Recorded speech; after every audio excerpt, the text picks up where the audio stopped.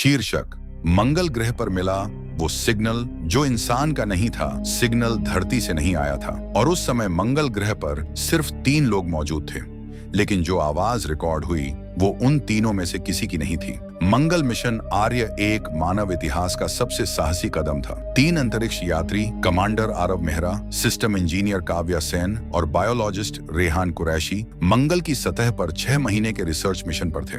सब कुछ योजना के अनुसार चल रहा था। ऑक्सीजन स्तर स्थिर, ऊर्जा आपूर्ति ठीक, धरती से संपर्क नियमित। मंगल की लाल सुनसान जमीन पर उनका छोटा सा हैबिटेट ही उनकी पूरी दुनिया था। लेकिन मिशन के 47वें दिन कुछ बदल गया। रात का समय था।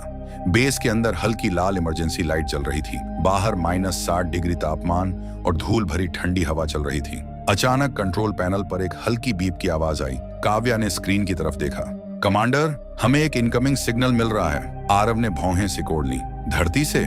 नहीं, सोर्स अननोन दिखा रहा है। रेहान हंस पड़ा। शायद कोई कॉस्मिक इंटरफेरेंस होगा।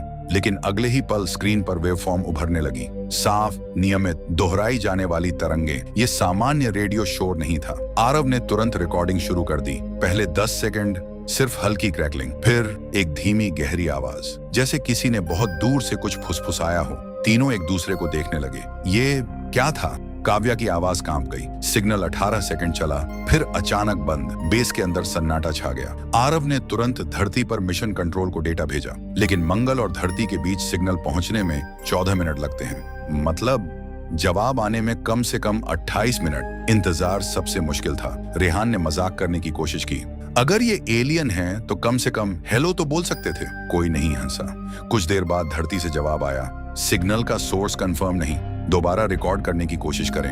अगली रात वही समय, फिर वही बीप। इस बार सिग्नल थोड़ा लंबा था और आवाज थोड़ी साफ, जैसे कोई सांस ले रहा हो, भारी धीमी सांस। काव्या ने तुरंत ऑडियो को फिल्टर किया। वेवफॉर्म में एक पैटर्न दिख रहा था। 3 छोटी तरंगें, फिर एक लंबी, बार बार दोहराई जा रही थी। आरव का चेहरा गंभीर हो गया। ये रैंडम नहीं है, रेहान ने धीमी आवाज में कहा।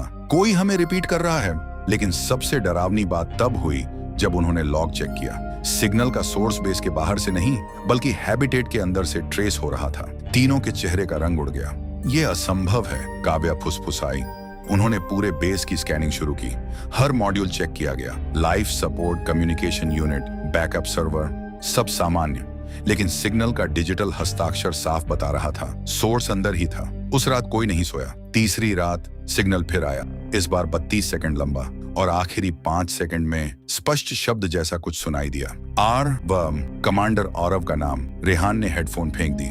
ये मजाक नहीं है। काव्या की आंखों में डर साफ था। आरव चुप था। उसने धीरे से कहा, सिस्टम लॉक खोलो।